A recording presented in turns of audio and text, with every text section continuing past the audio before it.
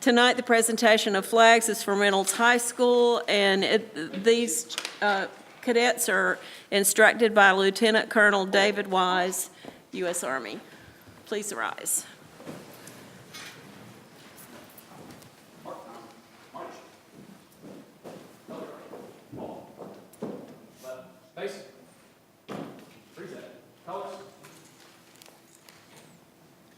I pledge allegiance to the flag of the United States of America and to the republic for which it stands, one nation, under God, indivisible, with liberty and justice for all.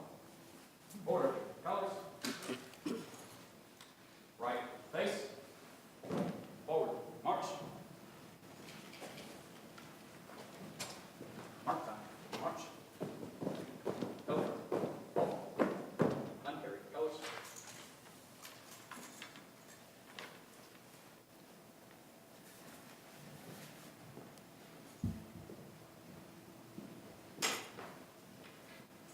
I'd ask you to remain standing for a moment of silence.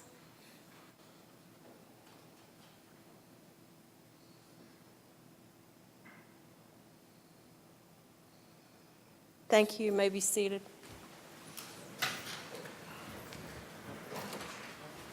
Now I would entertain a motion to approve the agenda. And second? Second. Thank you. All those in favor? Aye. Any opposed? It's time for our superintendent's comments. I want to begin by reminding our parents and staff that we've activated a calendar makeup day survey that's open to, again, all parents and employees, and some of our employees that are also parents of our students. And we're asking for your input to assist us in determining how we are going to be making up our most recent days that we've lost to inclement weather, and also those that potentially we may lose in the days to come. And one option that we are adding for feedback to the survey is the potential, and we've not done this before, this will be a new option. It's talking about adding up to 20 minutes per day through the months of March and April. And again, we encourage participation by all relevant parties. And the intent for our school board is to bring these results back to you as a makeup plan is developed. I'm going to go off script for just a minute or two.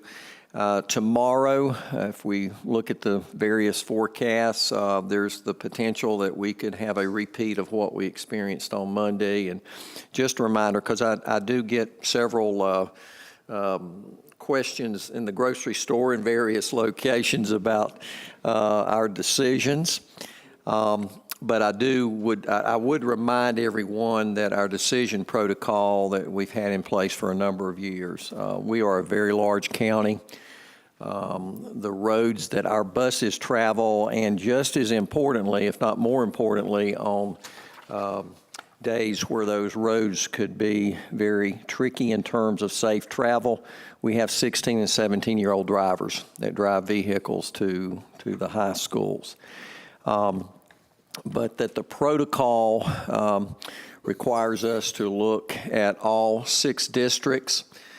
We are up in the morning and have cars in each of those districts doing road checks at 4:30 in the morning. I anticipate that's going to be repeated tomorrow morning. So board, as soon as we can leave tonight, I'm headed straight to bed along with Mr. Huff and a few others up there that'll be doing road checks.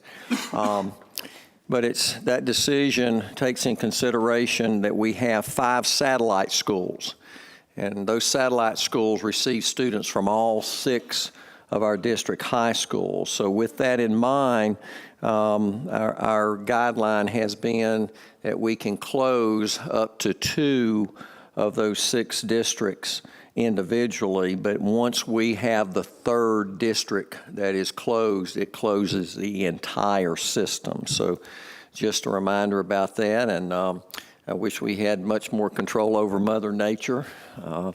But that is something that many times is out of our control, and those decisions will always be made first and foremost on the safety of our students and our employees that travel from all over Buncombe County and even outside the county to come to work on those particular days. Speaking of the impact of winter weather, we were extremely fortunate to actually have 5 consecutive days for completing high school exams. I see a couple of high school principals up there with big smiles. And we have also transitioned to a new spring semester, or I better say second semester. I don't know if we've seen actually signs of spring yet. A reminder to the board that our mid-year graduation is set for this Saturday. It'll begin at 11 o'clock in the morning at Thomas Wolfe Auditorium. And we anticipate, I think we have 170 students that will graduate at mid-year, and they will be coming from all of our high schools. And Ms. Swanger, I think each year we continue to set a record in terms of the number of mid-year graduates. That's been a wonderful opportunity for many of our students to take advantage of additional work opportunities before they move on to career or post-secondary, or in some cases, they actually go ahead and enroll that spring semester into a college or university. So with that, that completes my comments, Madam Chair. Thank you very much. Dr. Baldwin is really good at looking at the weather reports, and so last month he had the weather reports up here, and every once in a while he'd turn that computer so I could see. I bet you he's doing that again tonight. It is now time for the good news section. Oh, hi. Jump the gun. Ms. Stacia. Hi, good evening, everyone. Dr. Baldwin, Madam Chair, members of the board. Tonight, we want to start our good news segment by recognizing a very special community partnership. Last summer, both Barnes & Noble locations in Asheville worked with the Title I department for their book fair. For a week, Barnes & Noble earmarked a certain percentage of all sales to be donated back to our Title I department. The book fair also coincided with the release of Robert Beatty's latest Serafina novel. We're certainly grateful for his cooperation and support in helping us promote the book fair this summer. So I'd like to call forward Jenny Barrett, Title I Director, Nicole Lowry, she's with Barnes & Noble Asheville Mall, but she's representing the Biltmore location as well, and Robert Beatty, New York Times best-selling author of the Serafina series. So tonight we just want to recognize this special partnership, and I think we're going to start with Ms. Nicole, if you want to present the check. Well, I'm certainly very pleased to be here tonight on behalf of Barnes & Noble, both at the Asheville Mall and the Biltmore Park store. We value very much our partnership with both Buncombe County Schools and Robert Beatty and all that you all do in our community to make it a much happier one. We're all booksellers for a reason in our stores, and one of that is we believe very much in the power of literacy and what that means not only for our students but at our community at large, and its power to really create the quality of life that we want to see for ourselves and our children. And we just thank you all so much for what you do in your partnership with us. So with that, I'm going to turn this giant check around.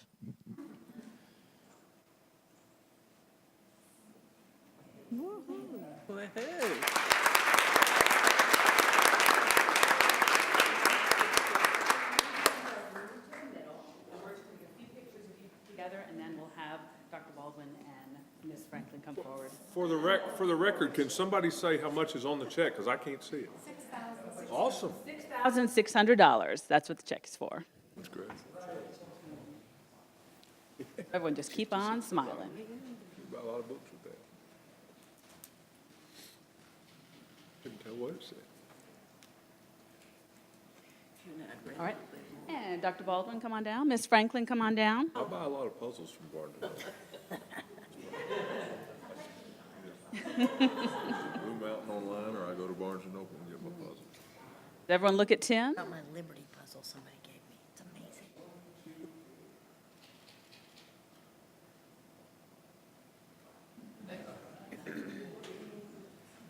So I'll take the check. I'll give you the mic.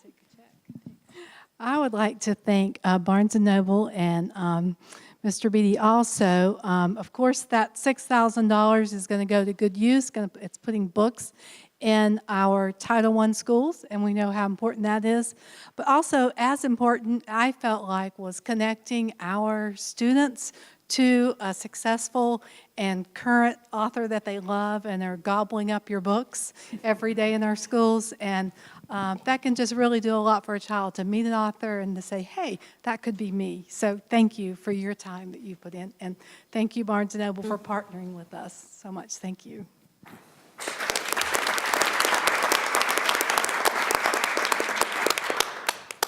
So before I became a full-time writer, well, I've been writing since I was 12 years old, writing books every year. But before that, I was an entrepreneur. I was the CEO of an internet software company. But once I became a full-time writer and started working on marketing, one of the things I found that I really liked was working with highly professional people. And I've tried all sorts of book marketing and all sorts of ideas, but the things that have worked the best have involved a team of people who have worked together to make a bunch of things happen in a successful way. And that's one of the reasons why I've enjoyed working with Buncombe County Schools so far, and with the communications department in particular. Just very professional and fun to work with, and they know what they're doing, and I like that. That's also why I like working with Barnes & Noble, is that they can get things done and they know what they're doing, and it's a lot of fun while we're doing it. So this is at least our second time, and so I want to tell you a little bit about what's going to happen this year. So this year, my next book is called Willa of the Wood. It is the fourth book of mine to be published. It's not a direct sequel to the Serafina series, but it's similar. It takes place in the same world. It's a young girl named Willa, 12 years old, and she lives and comes from the Smoky Mountains. Takes place in 1900, so it's another dark and spooky, mysterious, historical novel meant for middle grade readers. So it's very similar. And I have to say, as a writer, one of the greatest honors I have ever received is to have my book read and taught in schools. It's one thing to get a book published, that was a great honor, but to have it actually be valued by teachers and to be read by students in school is a true honor. And so I greatly appreciate the support of the school system in that effort, and I hope that we continue. And this year, I would like to make that check at least twice as big. And so we have a number of ideas that I'm working on with Scott, my publicist.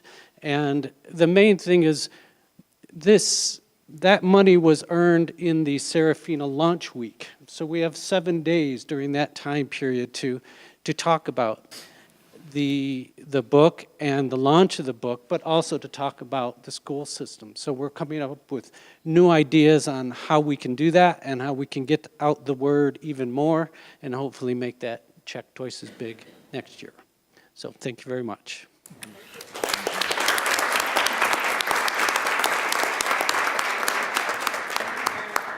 For your time, everyone. We definitely enjoy this partnership and look forward to next summer. Stacia, can I add a comment? Yes. So Reynolds Middle School has a literacy period. Mr. Wheelis, is it Monday and Wednesday first thing? And so once a month I get to go and participate in the literacy period, and that means reading aloud to a whole class of middle school kids, which you can imagine is a little bit of a scary proposition. Me sitting there in the front reading aloud to a group of middle school kids. So the last time I went, we were reading Serafina and the Black Cloak, the first book in the series. And was it 7th grade I was in, I think? I think it was a group of 7th graders. I was in 6th grade. Okay. Anyway, sort of a scary proposition, but they were hanging on every single word. I was coming in somewhere in the middle of the book. The room told me what had happened leading up to this scene that I was reading, and then I got to read most of a chapter, and it was complete silence. They were hanging on every word, and it was really fun. So thank you. And I'm going to turn it over to Ms. Swanger.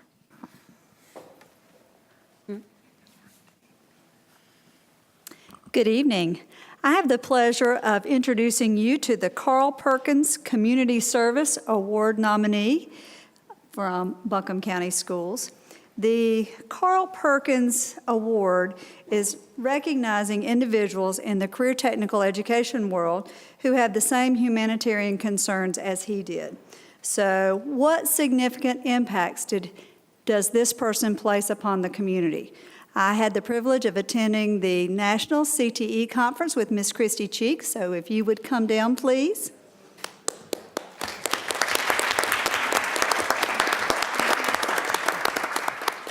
There were 5 national award winners in this category, so she represented us beautifully, and we all know the importance of partnerships, just as we have with Barnes & Noble, but Ms. Cheek goes out and she actively seeks other partnerships to benefit our students.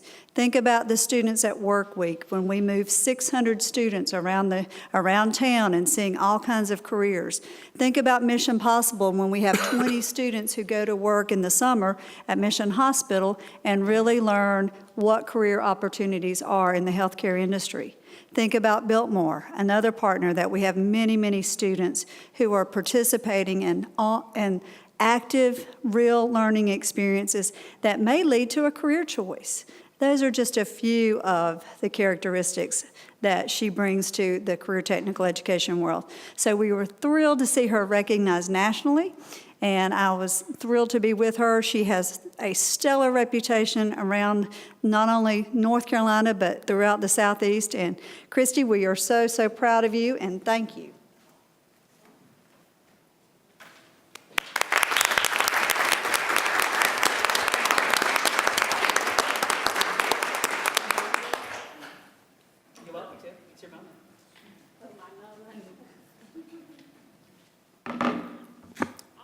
I like to talk. Clark said I like to talk a lot. But anyway, this award is always given in a sense of community, in a sense of spirit of partnership. Cindy did the, what is that? Fairview Town Crier, and so it was published this week. And I talked a little bit with her about why education is so important to our community. And it truly is a cycle. And each of you sitting up there that I work with daily, you input into a cycle that revolves around our economy. And what we want to do is educate students so that they're giving back to this community with a thriving economic threshold so that we're vibrant and strong. And that happens because of community relationships and partnerships. And it is so wonderful to wake up, know that you can go out and impact a community in a way, whether it's teaching someone how to read or just showing them a different way to cook or whatever, that they can come back no matter what they do. But it's about us giving to our community. That's why this is so special.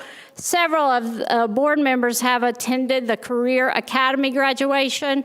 It is the one that, as they know, I cry about a lot.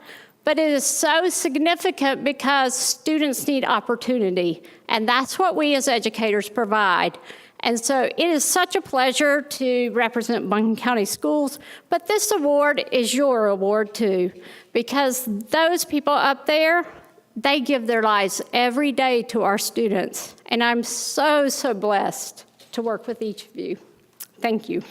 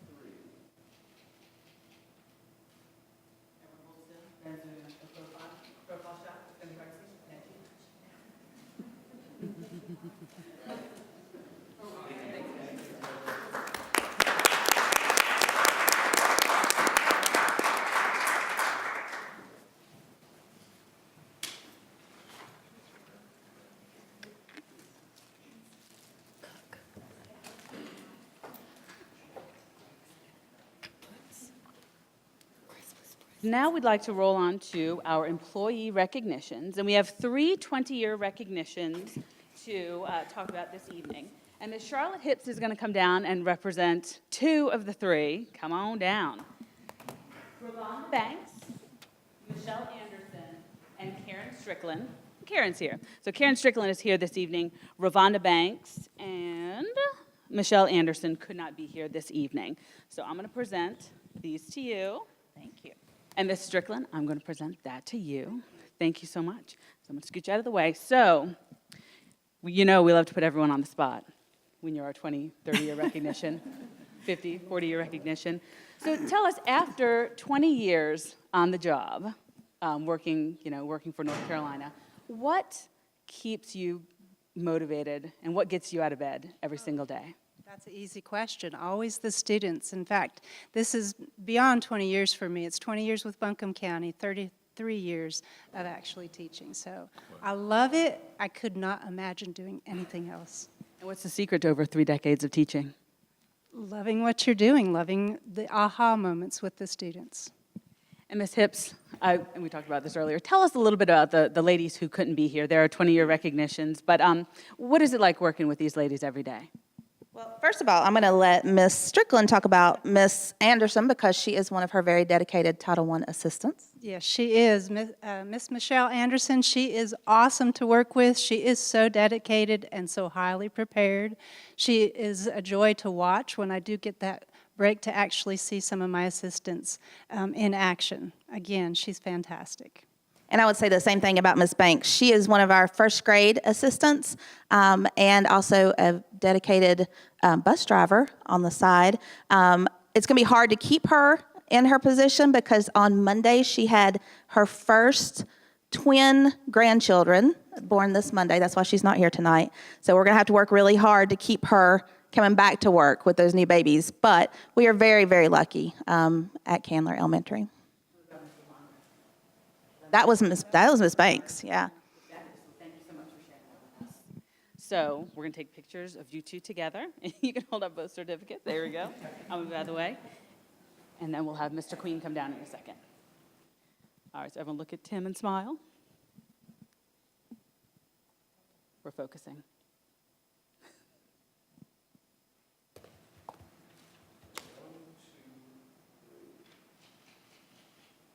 Got to be perfect.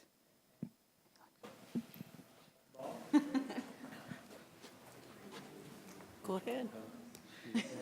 Max is going. No, it's fine. Max, can I have his picture made? All right, everyone smoosh together and keep on smiling. You love this smoosh.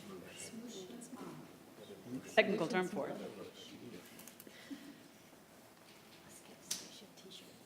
Is that good? We good? Yeah. Good, everyone? Perfect. Thank you, guys.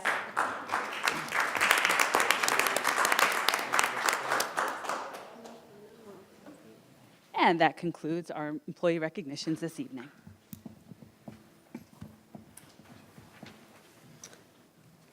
All right, Ms. Swanger, do we have a curriculum feature? Always.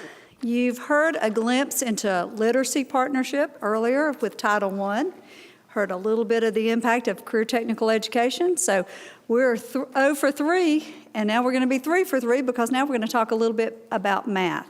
So wanted Stephanie Buckner, our K-12 math specialist, to come forward and give you a glimpse of some of the work that's happening in math. You may be hearing about some math competitions, so we want you to know what's happening in the world of math K-12.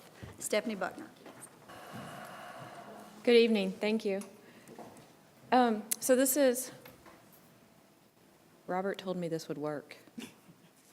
Robert never tells stories. Also told me he rewired everything and I was the guinea pig on the new system, so you're welcome.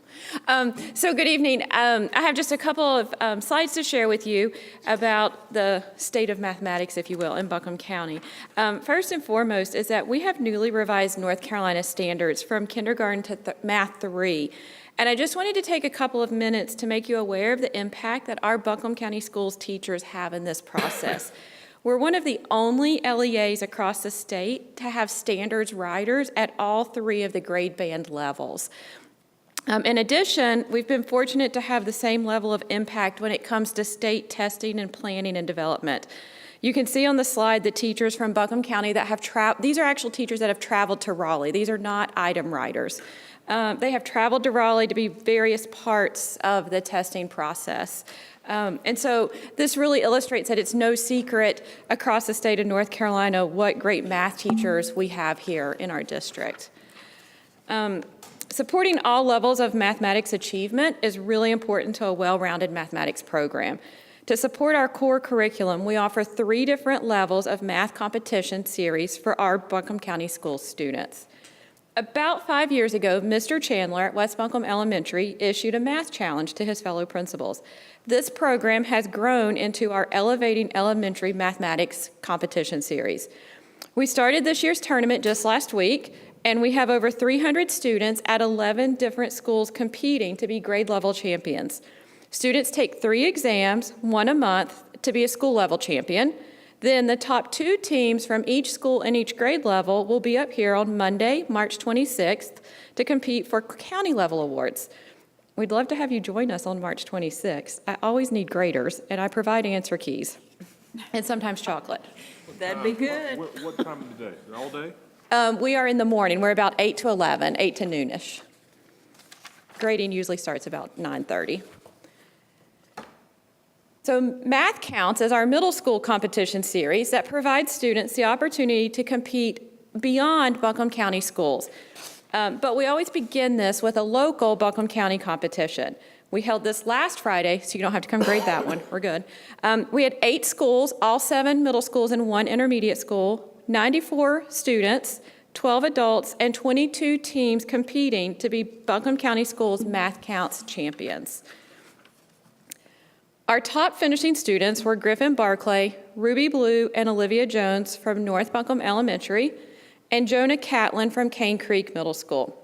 Our top 3 teams were from North Buncombe Middle School, Valley Springs Middle School, and Cane Creek Middle School. All of our schools, whether or not they placed here, are competing in the regional Math Counts competition, which is this Saturday at T.C. Robertson High School. And then the top teams from that proceed to the state level, which is in Durham every year. And then for our high school series, we take this show on the road. And we work with university partners to provide students access to college campuses alongside mathematics competition. At the end of this month, we have 2 buses transporting students from 5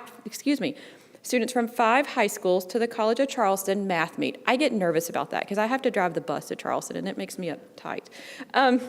But we've done that trip for about 5 years in a row now with a combined effort. In March, we participate in the Wiley Math Tournament at Furman University. And then finally, all of our middle and high schools participate in the North Carolina competition series held at Western Carolina University later in the spring. Needless to say, it's a busy time of year in math competitions. I encourage you to watch the website and Facebook because we post lots of pictures and awards on our social media sites for all of the series. And so that kind of is a capstone of our 3 levels of competition series to provide an extra push for mathematics. But it's important to mention that we couldn't do this without excellent math teachers at every level. And so each year, in collaboration with the North Carolina Department of Public Instruction and the North Carolina Council of Teachers of Mathematics, we recognize an outstanding math teacher in our district. This alternates between an elementary and secondary teacher every year. This year, I'd like to recognize Ms. Sarah McGee as our Buncombe County Schools Math Teacher of the Year. Sarah was nominated by her instructional coach and was one of over 20 applicants for this award.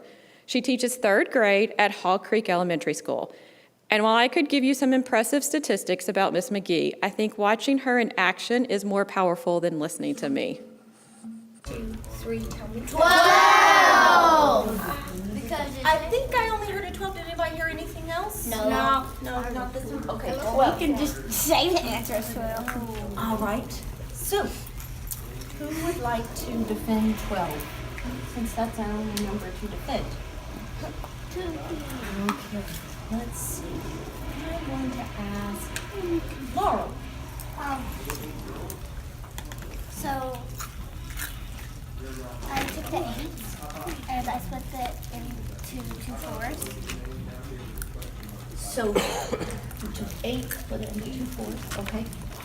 And then basically what I did is, so I added all 3 of the 4s, and that was 12.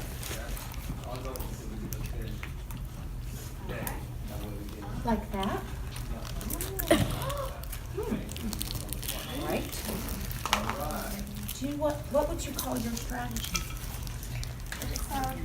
Breaking apart. So what were you breaking apart?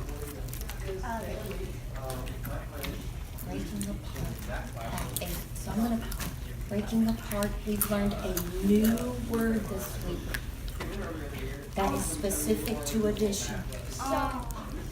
That tells what this word actually, what we call it in addition. Anybody remember? I'm gonna add that now to our strategy. Added. To be more specific. Added. Added, okay, breaking apart. Did she do both add-ins or just one? Did she break apart the 4? No. Okay, so we'll just call it breaking apart and added, meaning just the. So that was a little snippet of a number talk, which is a strategy that we encourage all of our elementary schools, and recently just issued a challenge to all of our elementary coaches and teachers to implement this spring, where the students actually are giving a lot of input and sharing their strategies. And you may have seen this or this, that's active listening, and I agree, this is I agree, or I agree with the answer. And so that's what you saw just a little bit of there. So as Ms. McGee comes forward, I'd like to share with you a snippet from her portfolio of what she wrote. Every year, I strive to set up my mathematical learning community where every student, including myself, develops a mathematical growth mindset. My students catch on very quickly that I am not a giver of information. Rather, I do quite a bit of listening and asking questions. I teach them that one of the most important jobs for me is to actually listen to them talk so that I can learn how much they understand and know what they need to learn next. Believing that all of my students have worthwhile mathematical ideas to be considered, and then focusing on praising their efforts, struggles, mistakes, and questions are two foundational pieces that are crucial in setting up a positive, risk-taking mathematical learning community. So we have Miss Sarah to give an award to. Congratulations to Sarah, and thank you.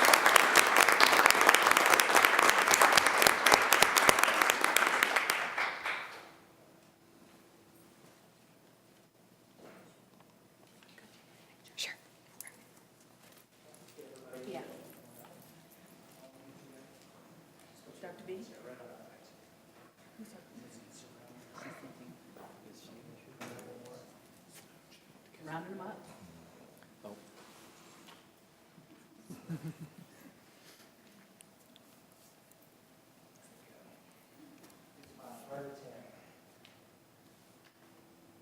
You guys don't look flushed enough.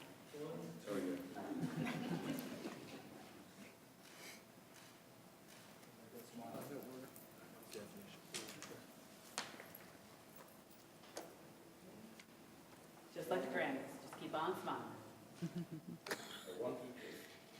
Stacey's such a good coach.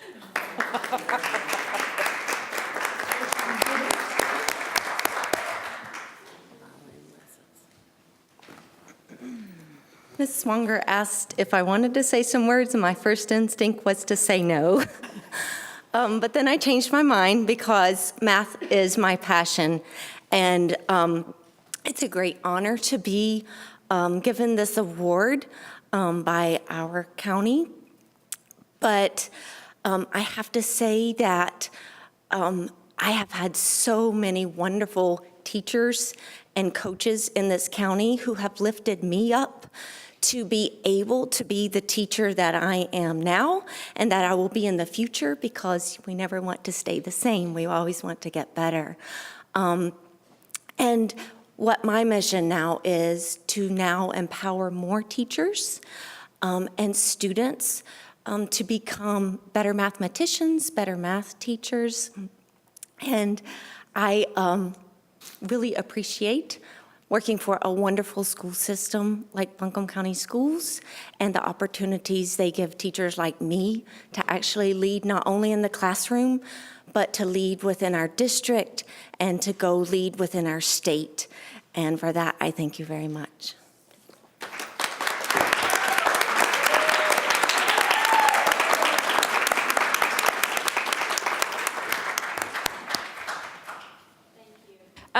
Ms. McMahon, I would really encourage you to go sit in her classroom. Yeah. It's by the entrance. She has some phenomenal little boys that are fun to really, they kind of questioned me on if I was correct last time I was in there last week. And so it's fun. So that concludes my presentation. Do you guys have any questions about mathematics for me? Thank you. Thank you.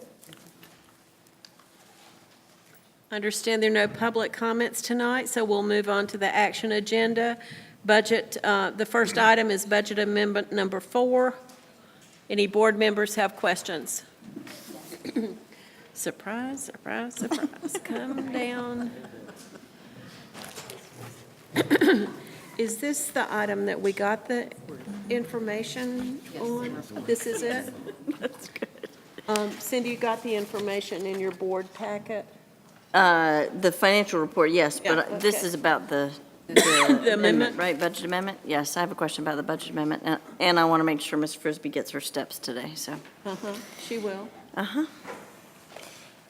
We talked about this earlier, but it just seems like it's a good thing to get into the public record and for everybody to understand.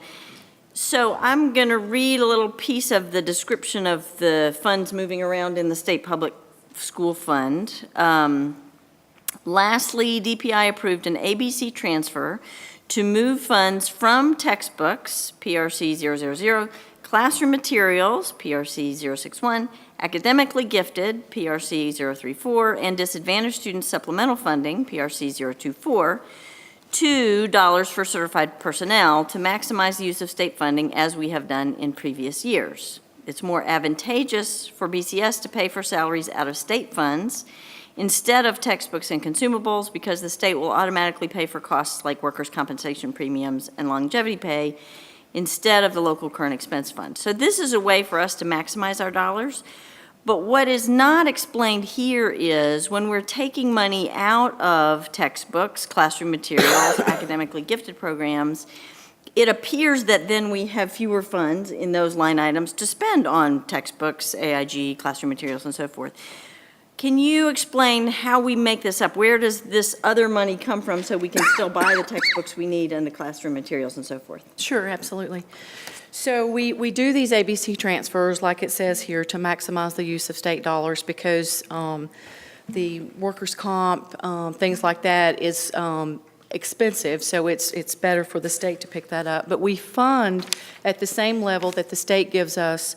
We fund with local dollars the textbooks and instructional supply money. So they get the exact same amount they would get as if this were coming from state money. So we are not reducing the amount that we have Absolutely available not. for textbooks or classroom Absolutely supplies. not. Thank As a you. matter of fact, the way we do this allows the schools to have a little more flexibility with that money in the event. What we do is we issue a check to the schools, and they spend that money on instructional supplies, but they have the ability to carry it over. If it was state funds, they would have to spend it every year by June 30th. Thank you. That's helpful. You're welcome. Any other questions for Ms. Frisbee? I have one. Ms. Frisbee and I talked about this earlier, but segueing off what Ms. McMahon said, at the beginning it says the state public school fund is amended to reflect a decrease of $8,338. The decrease comes from a revision to children with special needs via reduction for students who have transferred out of Buncombe County schools. I think it would be very important for people who are not necessarily involved with the school system to understand the financial impact of students transferring out of our system and then coming back in to the system during the same school year. Because there is a misconception among many people in the public that once these students come back, we get that money back. That is not true. So- The only time we would get the money back is when they hit our enrollment in the next fiscal year. So if they leave and go to a charter school or another school and they come back within the same fiscal year, we do not get money back for that in the same fiscal year. It's once they hit the enrollment in the next fiscal year is when we get it back. Which just reinforces the importance of public schools and for Absolutely. people to stay here. Because Absolutely. we do such a great job, as evidenced by so many of the programs that we offer here. Thank you. You're welcome. Other questions by board members? Hearing none, I would entertain a motion to approve. So moved. And a second? A second. Thank you. All those in favor? Aye. Next item on the action agenda, to authorization of lottery application for countywide LED upgrade. Is there a board member that has a question for Mr. Wyatt or Ms. Reardon? Are we good with Article 39 on this, Pat? How, is any of this, is this Article 39? Is this School Capital Fund Commission that we've done, or is this different and in addition to that? I think the answer is yes and yes. It's yes to both, isn't it? Yes. Okay. But it's not Article 39 funding that has been approved yet? Is that correct? It has been approved. Okay.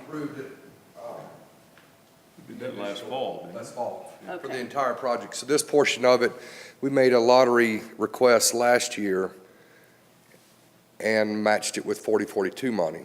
Uh-huh. And this is the second year of our lottery request, and we will also be making a 4042 request. And is this tied into, I think part of the reason why we're doing, is this tied into the rebates and the pricing? The amount is tied into that. We were going to But do it it no matter changes at what. some point, right? It did change. It has changed. It went from from $50 per fixture to $35 per fixture, $36 per fixture, excuse me. So that forced us to ask for additional funding. Right. And that's because that's from Duke. That's correct. And their rebate and the programming for that is good through. Sunsets. It's for lack good of a through better term. December of 18, and it's subject to change at that time. Right. Again. Questions from other board members? Hearing none, I would entertain a motion to approve. So moved. Can I get a second? Second. All those in favor? Aye. Thank you. The next item is W.D. Williams Elementary School roof replacement project, authorization to award the contract. Are there questions for Mr. Fearley? Yes, please. She didn't drink that Red Bull. Is it snowing yet? No, it's way too warm outside for the snow right now. Okay, good. Still 50 degrees. It's snowing yet. So on this, so it's coming in within budget, but then it says, due to budget constraints, only minor HVAC prep work funded by Article 4042 will be done. So I have two questions about this. One is, why is HVAC work associated with a roof project? And number two, if we're only able to do minor prep work, is that leaving other important work undone that needs to be done? So this school has significant rooftop mechanical equipment. And new energy codes require added insulation, which we do.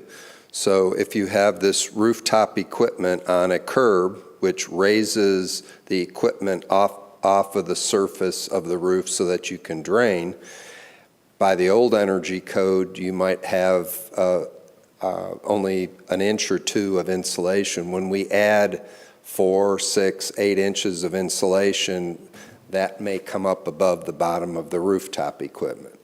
So the prep work we're going to be able to do is to actually raise that equipment, raise the curbs, and re-roof that. What we're not able to do is actually replace the rooftop equipment, just because of the bid. So we kind of made the bid in a way that we could add and subtract a lot of things so that when the prices came in, we could pick and choose what we could do. So are those alternates, which I see are deducts? Correct. Are they the rooftop units? One of them is, and then we actually had alternates to do 2 additional roof areas that we were not able to do. We were overly optimistic. And so what are we losing by not getting those roof units? Are we Well, gonna it's a come back functioning and- system, but it's very old. And what we're losing really is the cost of the crane to raise them up. When we do replace them, we'll have to have a crane again. If we were able to replace the equipment, you bring the crane out once, do your thing, and set the new equipment back on it. So that's what the efficiency that we'll lose by not being able to do that this time. But they have some life left in them. Yes, Clark, Clark will patch them up and keep them going for. We will be asking for the replacement of those through 4042 funds, do different processes, but the root process, like Kim says, you have to modify them to. Speak to us in words we understand. Thank you. Have those roofs been, not the roofs, has the HVAC, the mechanical there, been a request in prior years in 4042? Has it been an A, a B, or a C?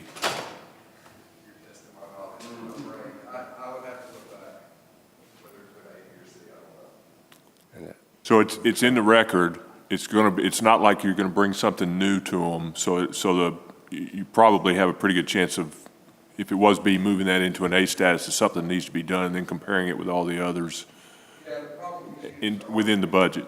There are 22, which is being phased out, so it's not like you can change just the roof portion of it, right, not the part inside. So that's another complicated part.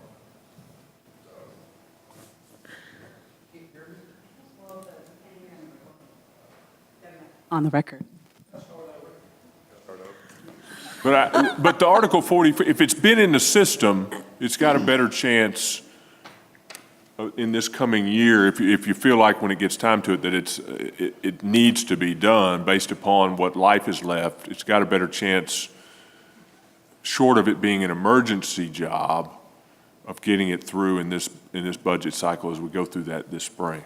That's correct, and we may, be able to phase it and fund, work with the roofing schedule and get it taken care of that way. Because one of the things I've enjoyed about the Article 4042 is watching those projects. Some of them, it takes a long time. Some of them have been on there for a number of years and they've never gotten, but to watch them change in status as evaluations change and as time goes by, and then see them move in and get done, I've found that to be valuable from a board position, because you're getting a look at not just the things we're doing, but the things that are gonna need to be done and the planning that goes into having that ready. And I appreciate that, for not just from you guys, but for the whole group that works on that. So thank you. Thank you. Other questions from board members? Hearing none, I would entertain a motion to approve. So moved. A second? Second.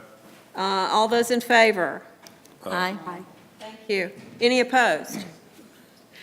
The next item on the action agenda is AC Reynolds High School Food Lab Project, approval of change order for subsurface soils and slab replacements. Mr. Fearley, are there questions for Mr. Fearley? I don't have questions, but I have comments. Sure. Thank you, Mr. Fearley, for walking me around on Monday to show me this, because I could sort of picture what was going on based on reading this, but I needed to lay my eyes on it. And in particular, I was concerned about, okay, so we've got this one room where the slab was sort of hovering above the soil, and when they cut it up into pieces, it went ka-chunk and fell down. But this room is not freestanding room all by itself. What about the rest of the slab associated with this? And so I appreciate that you walked me around the building and showed me all the areas of the building where this is probably also a concern. So would you just talk about sort of the larger picture issue at Reynolds about the subsoil and the slab? Not that we're voting on it today, I Right. understand, but it just seems like it would be good for everybody to understand. The building was built on a hillside with a lot of fill and a lot of retaining walls that were filled very deeply. And when you do that kind of work, you need to put the soil back to bring it up in small lifts and use the right soil. It's very complicated, time-consuming, and weather-dependent, and it was not done properly when the school was built. And so in certain areas, and you can kind of follow a line through the school, you can see evidence of soils settling under the slab and cracks in the floor and the floor finish. So we experienced that in 2002 or 3 when we did renovated a classroom on the far end near the gym. And once we got into it, we saw a similar condition and had to do a similar process. And we're following that same process here where we've taking the slab up, removing about 3 feet of soil. Even though the fill may be about 16 feet deep, those lower soils typically compact by the overburden of the soils on top of them. The soils on the very top have no burden on them, so they remain loose. So that's the game plan, to remove soils in this room, which has a lot of underground piping and such. It's a food lab, so we don't want to put back drain pipes and things in soil that is perhaps still settling. So we really need to fix it here, and in our capital outlay, I will be requesting funds to do a fairly significant study throughout the school that will involve some destructive testing, drilling cores through the slabs to see if there's voids elsewhere, because it appears that there is. It isn't a safety issue. Nothing's going to fall down. It's more of an aesthetic issue. But once we have the results of a more comprehensive study, then we can determine what an appropriate fix would be. And that may involve injecting grout under the slab to fill those voids. And it's not a guarantee that the soils won't continue to settle, but the school is pretty old now. It should be pretty close to being settled out by this time. And then the other interesting thing that we saw when we were looking at it was that although the slab is cracked, there's not cracking in the walls going up, which you would think. So that also makes it seem more like an aesthetic issue than a structural one. Yeah, you don't have structural walls and footings moving. Mm-hmm. Those were probably very carefully tested before the concrete was poured by a geotech. But the fills that are non-structural, if you will, maybe didn't get the same attention. Thanks. Other questions, other board members? Hearing none, I'll entertain a motion to approve. Madam Chair, I move that we approve this change order. Thank you. Is there a second? Second. And all those in favor? Aye. Any opposed? Next item on the agenda is the Buncombe County Early and Middle College 1819 calendar draft. Thank you, Mr. Fairley. And this is Suzanne, Cynthia, and Donna Lanahan. Do I have any board members who have questions? I'm sorry, yes, I do have one question. Just a quick and easy question. What are the students doing in the weeks and days when middle college and early college is in session, but AB Tech is not in session? Because there are some places I noticed where that was the case. There is a week that we have no days listed when AB Tech has spring break, and that is in March. And the reason that is, the students who are taking both classes, high school and college courses, their spring break is a little bit wonky because they have to abide by the AB Tech calendar as well as the Buncombe County calendar. So they're going to have spring break. They could have it twice if classes were canceled in both areas, but most likely not. So when AB Tech is on spring break, they're still having some work in their other courses. So do they end up with no spring break then?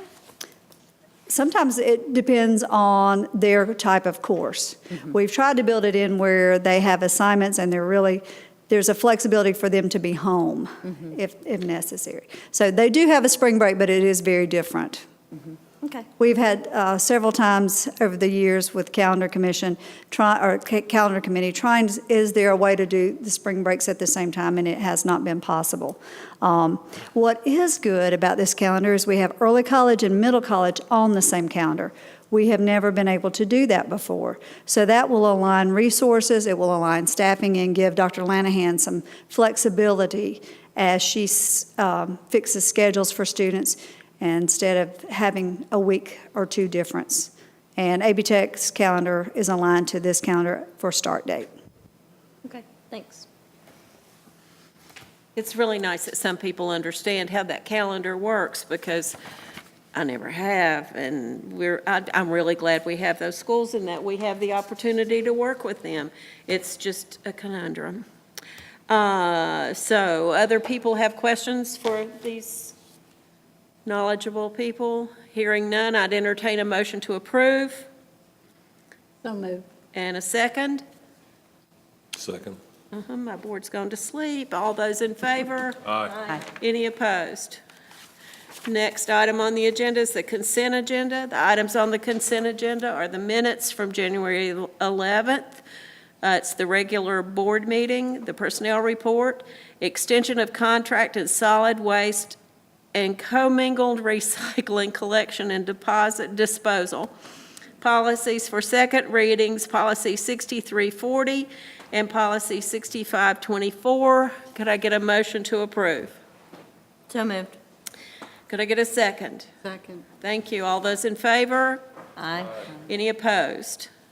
On the information agenda, we have the financial reports, and I think that's in our packets. Is that correct?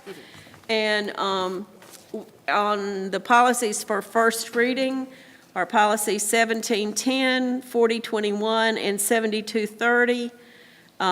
Policy 1720, 4015, 7225. Policy 7100, 7410, 7631, 7635, 7810, and 7920. These are policies that the board will review, and then they will be brought back to us at our next meeting for a vote. Our next meeting is March the 1st at 6:30 here in the Minotaurium. I'd entertain a motion. Madam Chair, point Yes, of sir. quick question for clarification. Dr. Bowen, I apologize. Did you no. mention the Love the Bus Week during your comments? Sorry. Love the bus. Love the Bus. Love the bus. No, I didn't give love to the bus. I should have. Love the Bus Week, Board. Many of you participated a year ago. Love the Bus Week is coming up the week of February the 12th, so contact your schools if you would like to do as many of us, maybe all of us last year, rode a bus at least once. That was the at greatest time when we 5 rode o'clock, those. 5:30, 6. What Yeah. time did we get on the bus, Mr. Huff? 6 o'clock, something like that? Y'all were out there early. We were out there early, so Yeah, just but as a not on a reminder snow to the day. board, that's coming. Yeah, well, thank you. And then we have mid-year graduation. Dr. Baldwin's already mentioned that at 11 o'clock on Saturday. I'd entertain a motion to adjourn. Did I already do that?